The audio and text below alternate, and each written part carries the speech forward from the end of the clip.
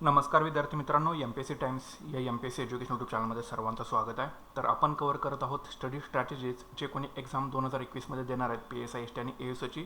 तर त्याच्या study strategy आपल्या चॅनलवरती सुरू आहे. त्याच्या आधी आपण 2 स्ट्रॅटेजी बघितलेल्या आहेत आणि या स्टडी स्ट्रॅटेजी ज्या आहेत या मंथल्या आहेत. म्हणजे मंथमध्ये तुम्हाला जे टार्गेट असतं चॅप्टरचं ते तुम्हाला कंप्लीट करावं लागतं, म्हणजे जेणेकरून तुमचा अभ्यास हा अतिशय चांगल्या पद्धतीने होईल आणि तुमची पहिल्याच अटेंडमध्ये एक्झाम जी असेल ती निघून जाईल. तर आता ही तिसरी स्टडी स्ट्रॅटेजी आहे आपली. ही स्टडी स्ट्रॅटेजी चालेल 21 एप्रिल ते 20 मेपर्यंत. ठीक आहे.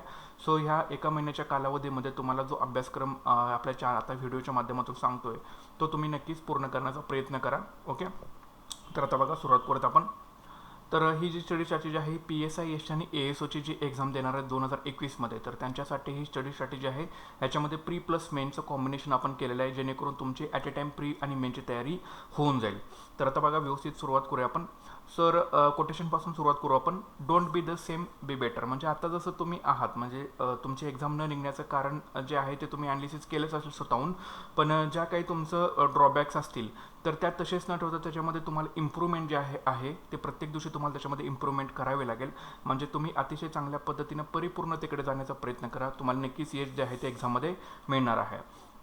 याच्यामध्ये तुम्हाला दररोज 4 ते 6 तास अभ्यास करायचा आहे. जे कोणी 2021मध्ये एक्झाम देणार आहेत त्यांनी दररोज तुम्हाला ॲटलीस्ट 4 ते 6 तास जरी स्टडी केला तर तुमचा अभ्यासक्रम हा चांगल्या पद्धतीने क्लिअर होईल आणि एक्झाम जशी जवळ येईल तशी तुमचे आवर्स ऑटोमॅटिकली वाढून जातात. पण 4 ते 6 तास अभ्यास जरी डेली केला, जर तुम्ही जॉब वगैरे करत असाल किंवा जर फुल टाईम जरी करत असाल तरी 6 तास तरी ॲटलीस्ट अभ्यास हा तुम्हाला कंटिन्युअस हा करावा लागेल. ओके. सो दररोज 4 ते 6 तास तुम्ही अभ्यास करा. तर आता याच्यामध्ये बघा की जो PSI आणि ASOचा पहिला पेपर आहे मुख्य परीक्षेचा, तो कॉमनच असतो. याच्यामध्ये मराठी 50 प्रश्न आहेत 100 मार्क्सला. म्हणजे 2 मार्कला त्यांनी आता एक क्वेश्चन जो आहे तो केलेला आहे, पण प्रश्नांची संख्या त्यांनी बदललेली नाही. प्रश्नांची संख्या सेमच ठेवलेली आहे. मराठी 50 प्रश्न, याचा दर्जा 12वी लेवलचा आहे. याचे 100 मार्क्स तुम्हाला आहे त्याचे. इंग्रजीचे 30 प्रश्न 2 मार्कला, एकूण 60 गुण तुम्हाला इंग्रजीचे आहेत. याचा दर्जा जो आहे तो पदवी लेवलचा आहे. आणि जे बाकीचे 4 त्यांनी घटक त्याच्यामध्ये ॲड केलेले आहेत पहिल्या पेपरमध्ये: माहिती अधिकार अधिनियम 2005, महाराष्ट्र लोकसेवा हक्क अधिनियम 2015, संगणक व माहिती तंत्रज्ञान आणि चालू घडामोडी. ह्या 4 घटक मिळून तुम्हाला 20 जे आहेत, म्हणजे सॉरी इथं तुम्हाला जे आहे ते 20 क्वेश्चन, म्हणजे जवळपास हे 40 मार्क्सला आहे तुम्हाला. ठीक आहे. हे 40 मार्क्सला तुम्हाला हे 4 घटक उपघटक मिळून येतील. म्हणजे अशा पद्धतीने एकूण 200 मार्क्स जे आहे ते पहिल्या पेपरला आहेत आणि दुसऱ्या पेपरला 200 मार्क्स आहेत. सो अशा पद्धतीचा हा तुम्हाला पहिला पेपर आहे. म्हणजे मराठी 50 प्रश्न 100 मार्क्स, इंग्रजी 30 प्रश्न 60 मार्क्स, आणि माहिती अधिकार अधिनियम 2005, महाराष्ट्र लोकसेवा हक्क अधिनियम 2015, संगणक व माहिती तंत्रज्ञान आणि चालू घडामोडी मिळून तुम्हाला 40 मार्क्स. ओके. ह्याचे 20 क्वेश्चन तुम्हाला येतात. सो असे एकूण 100 क्वेश्चन 200 मार्कला पहिल्या पेपरला तुम्हाला आहेत. ठीक आहे. सो अशा पद्धतीचा हा पहिला पेपर आहे. तर याचं डिवायडेशन आपण कसं केलेलं आहे, तुम्हाला कसा अभ्यास करायचा आहे. सो याच्यामध्ये बघा, मराठीचं तुम्हाला संधी नावाचं प्रकरण जे आहे त्या महिन्यामध्ये क्लिअर करायचं आहे. संधी फक्त घ्या, त्याच्यावरती MPSC विचारलेले प्रश्न, जे काही क्वेश्चन बँक असेल, याचे रूल असतील, व्यवस्थित तुम्ही फॉलो करायचे आहेत. हे 21 एप्रिलपासून 20 मेपर्यंत तुम्हाला क्लिअर करायचं आहे.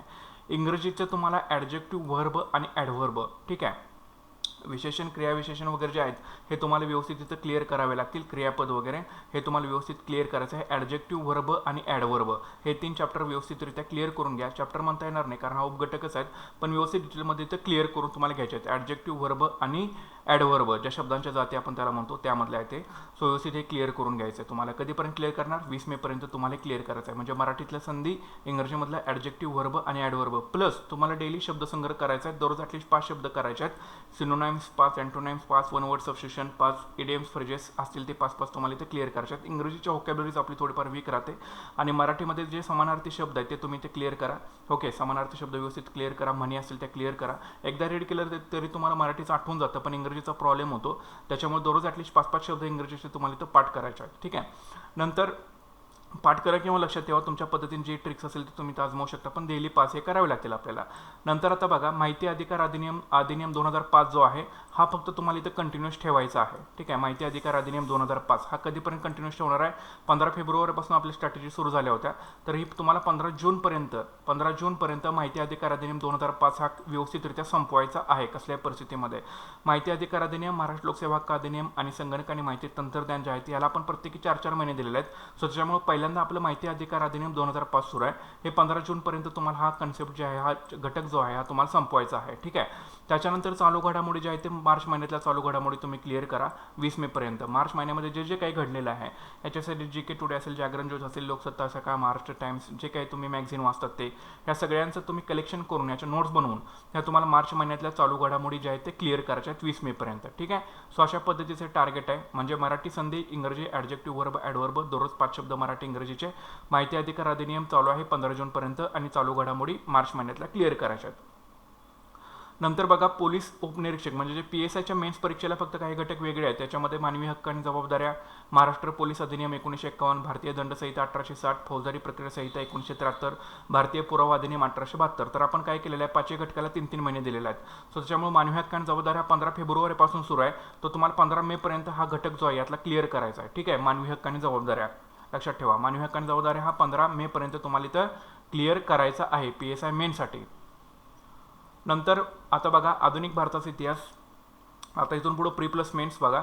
आधुनिक भारताच्या इतिहासामधून तुम्हाला कृषी व्यवस्थेत बदल, नवी भूधारण पद्धती आणि भूराजस्व धोरण हा क्लिअर करायचा आहे. ठीक आहे. नवीन ते तिन्ही एक्झामचं तुम्हाला सांगतोय. कृषी व्यवस्थेत बदल, नवीन भूधारण पद्धती आणि भूराजस्व धोरण म्हणजे जमीनदारी पद्धतीचे प्रकार वगैरे जे आहेत हे तुम्हाला ते क्लिअर करून घ्या. महाराष्ट्राच्या इतिहासामधून सामाजिक चळवळ प्रकरण क्लिअर करून घ्या. अनिल कठरेमधलं किंवा गाठाळमधलं दोघांचं कॉम्बिनेशन करून करा म्हणजे तुमचा कुठला पॉईंट मिस व्हायला नको. महाराष्ट्राच्या भूगोलामधून नदी प्रणाली क्लिअर करायचा आहे. भारताच्या भूगोलाची सुद्धा नदी प्रणाली क्लिअर करायचा आहे. याच्यामध्ये बघा काही घटक जे आहेत ते मुख्यला नाहीत पण प्रिलियमला आहेत. आपण करताना कसं करतोय, प्री प्लस मेन्स असं कॉम्बिनेशन करतोय. सो त्याच्यामुळे तुम्हाला हे घटक सांगतोय मी इथं.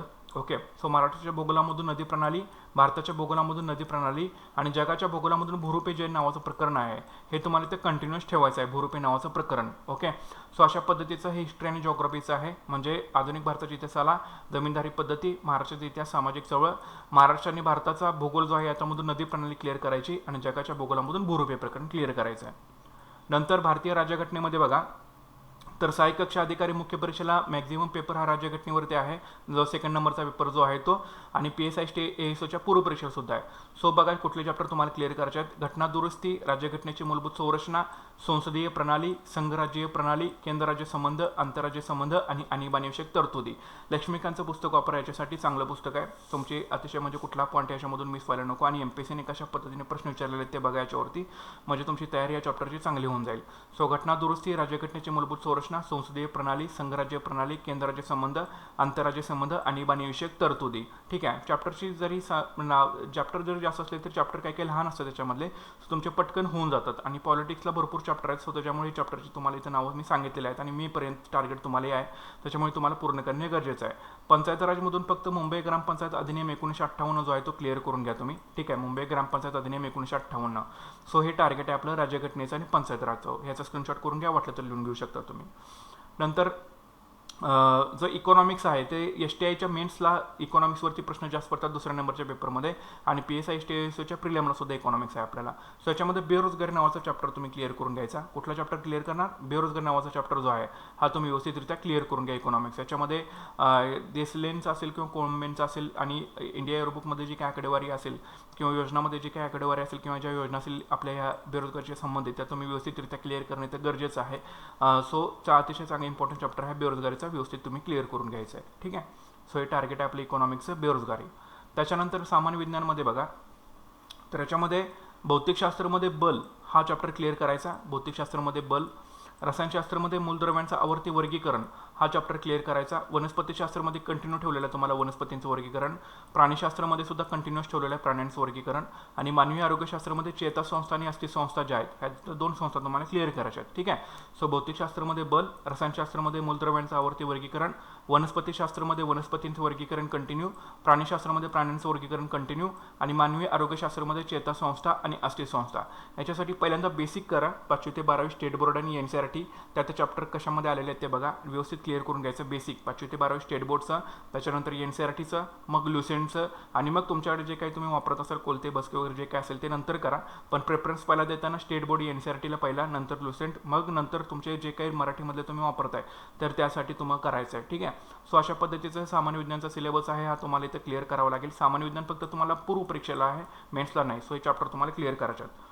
त्याच्यानंतर गणिताचा जो चॅप्टर आहे तो सरासरीचा चॅप्टर इथे क्लिअर करायचा आहे गणितामध्ये. ठीक आहे. सरासरी ॲव्हरेजचा चॅप्टर क्लिअर करा. नंतर बुद्धिमत्तेला तुम्हाला आदानप्रदान म्हणजे इनपुट आउटपुट जे आहे यातले टाईप वाईज तुम्ही ते क्लिअर करायचं आहे. बुद्धिमत्तेतलं आदानप्रदान इनपुट आउटपुट 5वी ते 12वीला तुम्हाला डेली 1 तास कंटिन्यूस इथं द्यायचा आहे. चालू घडामोडीला तुम्हाला 1 तास इथं कंटिन्यूस द्यायचा आहे. मार्च महिन्यातला चालू घडामोडी तुम्हाला इथे क्लिअर करायच्या आहेत. आणि डेली तुम्ही जे चॅप्टर करता त्याच्यावरती क्वेश्चन आन्सरची प्रॅक्टिस तुम्हाला इथं करणं गरजेचं आहे. सो क्वेश्चन आन्सरची प्रॅक्टिस इथं चांगली करा. सो गणितासाठी सरासरी प्रकरण, बुद्धिमत्तेला आदानप्रदान हे प्रकरण, इनपुट आउटपुट 5वी ते 12वीला तुम्हाला 1 तास कंटिन्यूस ठेवायचा आहे. चालू घडामोडी तुम्हाला 1 तास कंटिन्यूस न्यायचा आहे. फक्त मार्च महिन्यातला चालू घडामोडी करा. याच्या आधी तुम्ही जानेवारी फेब्रुवारीमधल्या केल्या असतील, आता मार्च महिन्यातला चालू घडामोडी करायच्या आहेत. आणि प्रश्न उत्तर जे आहेत ते डेली चॅप्टरनुसार म्हणजे जे चॅप्टर आपण आधी डिस्कस केलेले आहेत, ज्या चॅप्टरचं टार्गेट तुम्हाला दिलं आहे त्यावरच्या चॅप्टर आन्सरसाठी ॲटलिस्ट एक अर्धा तास तरी तुमच्या टाइम टेबलमधला तुम्हाला काढावं लागेल, म्हणजे तर तुमच्या इथं प्रिपरेशन चांगली होऊन जाणार आहे. ठीक आहे. सो अशा पद्धतीचं हे आपलं एका महिन्याचं टार्गेट आहे. आय होप तुम्हाला सर्व काही समजलं असेल. व्हिडिओ त्या ठिकाणी पोस्ट करा, त्याचे स्क्रीनशॉट करून घ्या, वाटलं तर तुम्ही राईट डाऊन करून घेऊ शकता. सो नक्कीच व्हिडिओला लाईक करा, व्हिडिओला शेअर करा तुमच्या मित्रमैत्रीपर्यंत. तुमचा व्हॉट्सअप टेलिग्राम ग्रुप असेल त्याच्यामध्ये व्हिडिओ नक्की शेअर करत चला. आणि ज्यांनी अजून आपलं चॅनल सबस्क्राईब केलं असेल त्यांनी नक्की चॅनल सबस्क्राईब करा आणि समोरच्या नोटिफिकेशन बेलवरती क्लिक करायला अजिबात विसरू नका. So thanks for watching guys and all the best.